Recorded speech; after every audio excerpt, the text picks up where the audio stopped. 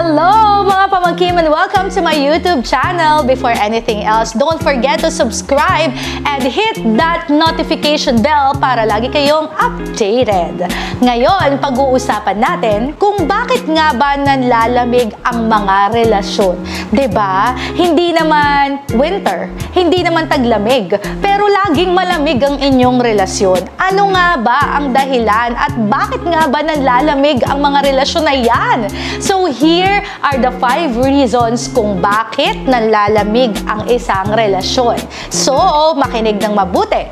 Number 1 is because it's a stage of a relationship. Ibig sabihin po, para sa akin normal lang po ang panlalamig sa isang relasyon. Kung bakit may mga nanlalamig na relasyon is because isa yan sa mga stages of a relationship. 'Di ba? Merong stage sa relationship na kapag kayo ay nagkakilala, naging kayo, is kinikilig kayo araw-araw, 'di ba? Tapos kaya ninyong makipagpuyatan, kaya ninyong magbigay ng maraming oras, kaya ninyong magsakripisyo ng malupit kasi mahal na mahal niyo yung isang tao, baliw na baliw kayo sa kanya. Isa yun sa mga stage of relationship. Pero may stage din ng relationship na nanlalamig. Yun yung wala na yung masyadong kilig, yun yung hindi ka na masyadong nag-e-effort, yun yung wala na masyadong sakripisyo, yun yung parang hindi na natin na-feel yung pagmamahal, but actually love is there. So what I am trying to say here, ibig sabihin, normal lang po yung mga stages of relationship. May it be nakakakilig, may it be nag-iinit kayong dalawa, o may it be nanlalamig. Normal lang po yun because the number 1 reason kung bakit nanlalamig ang isang relasyon, because it's a normal stage of a relationship. Pero ang hindi na normal is yung habang buhay na kayo nanlalamig o kaya naman matagal na panahon na kayong nanlalamig. Kasi just like any stages in a relationship, hindi yun naglalast ng napakatagal. Pero kung matagal na panahon na, especially taon na kayong nanlalamig sa isa't isa, most probably there is something wrong. So number 1 reason, again, kung bakit nanlalamig ang isang relasyon is because it's a stage of a relationship. Number 2 is loss of communication. Naku, alam niyo po, napakahalaga talaga ng communication in a relationship.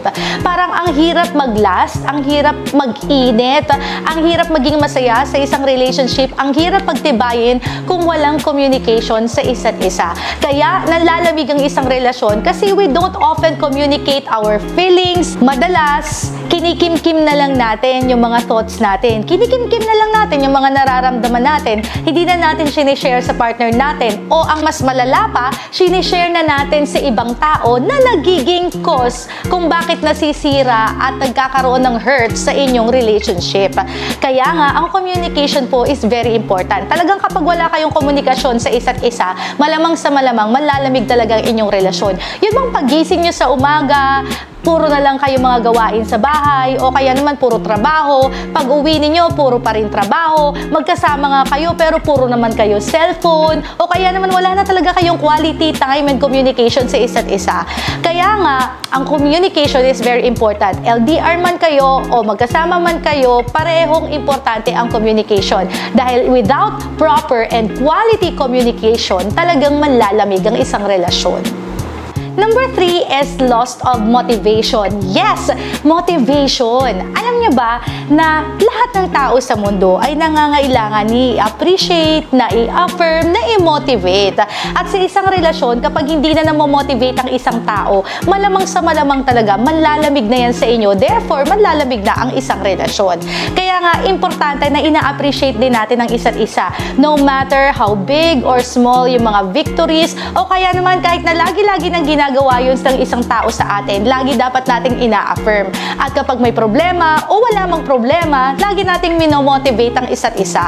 Kasi kapag hindi na nakikita yung motivation sa isang relasyon, nanlalamig talaga yun. Lagi natin ina-affirm, lagi nating chini-cheer up, lagi nating ina-appreciate, kahit na may mga bagay na mga pagkakamali. Pero dapat mas makita natin yung mga bagay na tama, yung mga maraming bagay na sinasakripisyo nila. Kasi talagang sa isang relasyon, kapag matagal na kayo, di ba? Parang ang dami mo ng mga nakikita na mga pagkakamali na hindi mo na nanonotice yung mga magagandang bagay na ginagawa niya sa iyo consistently. Kaya nga, dapat ang motivation, hindi yan nakikita sa ibang tao. Dapat nakikita yan within the relationship. Kasi kapag wala ng motivation sa isa't isa, kapag hindi mo na makita yung tao na nag-cheer sa'yo araw-araw inside and within the relationship, it's hard to keep the fire and the love and the passion burning.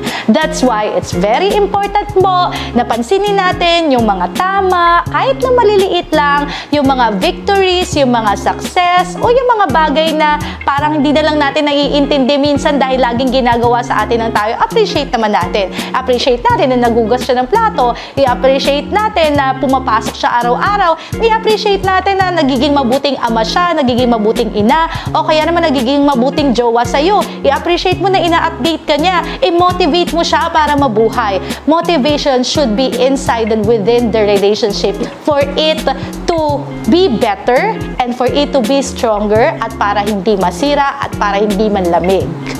Number 4, and this is normally the reason talaga kung bakit nanlalamig sa isang relasyon, yung mga challenges o yung mga pagsubok sa buhay. Siyempre, lahat naman ng tao dumadaan talaga sa challenges. Merong mga challenges sa relationship at mas marami tayong challenges as individuals, diba? So, lahat naman dumadaan sa mga problema. At karaniwan, dahil may mga pinagdadaanan tayong mga problema as individuals, naaapektuhan yung relationship. Kaya nanlalamig. Mas naiisip mo na ngayon yung mga problema na pinagdadaanan mo at sa patong-patong na problema na meron ka, may it be finances, relational, emotional, mental, is naapektuhan talaga yung relationship. Hindi ka na nagkakaroon ng time para sa iyong partner, hindi ka na nagkakaroon ng time para i-express yung love mo kasi filled ka na with so much trials, with so much testings and challenges that parang hindi mo na kayang magbigay ng pagmamahal. At alam niyo, naiintindihan natin yung mga tao na ganun. Kasi una sa lahat, wala namang taong hindi dumadaan sa problema. At pangalawa, normal lang naman na kapag dumadaan ka sa problema, talagang nakukonsume ka at minsan hindi ka makapagbigay ng tamang oras, tamang pagmamahal, tamang care, hindi mo napapangalagaan yung relationship kasi may mga kailangan kang intindihin.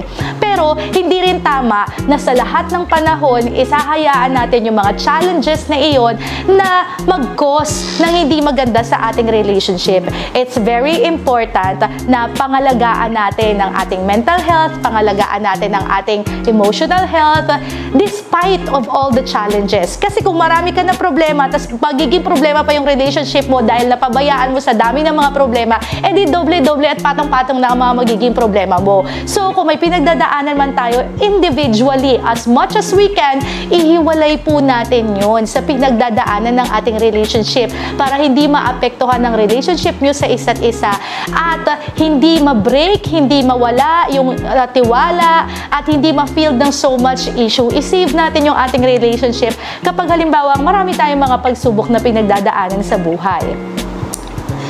Kasi the more challenges that we are facing individually, mas kinakailangan natin yung relationship na meron tayo para meron tayong mapagsabihan at mahingian ng comfort. Huwag nating idadamay sa mga personal challenges natin yung relationship na meron tayo para hindi nalalamig. And last but not definitely the least, ang pinakaayaw nating dahilan ng panlalamig ay ang third party. Siyempre, talagang manlalamig nga talaga naman sa'yo ang isang tao kapag meron na siyang iba. Whether we like it or not, meron talagang mga relasyon na nanlalamig na dahil meron ng ibang iniibig, meron ng ibang minamahal.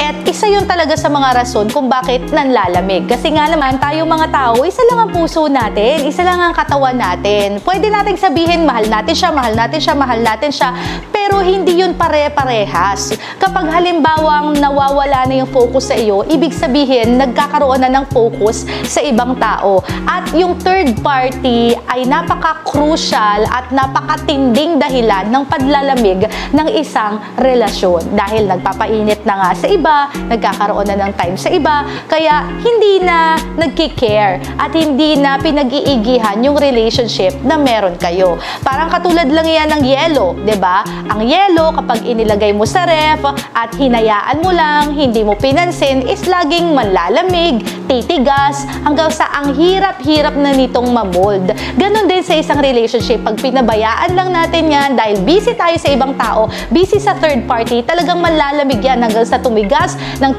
na hindi na natin mamold, hindi na natin siya maibalik sa dati niyang form kasi napabayaan eh. So, ang third party po talaga ay magkukos ng panlalamig. Kaya as much as possible, ingatan talaga natin ang ating relationship relationship, mag-set ng boundaries, bakuran, bantayan, para hindi magkaroon ng third party. Dahil oras na nanlamig na ang isang relasyon, napakahirap na rin po nitong ibalik, especially kung ang dahilan nito ay ang third party.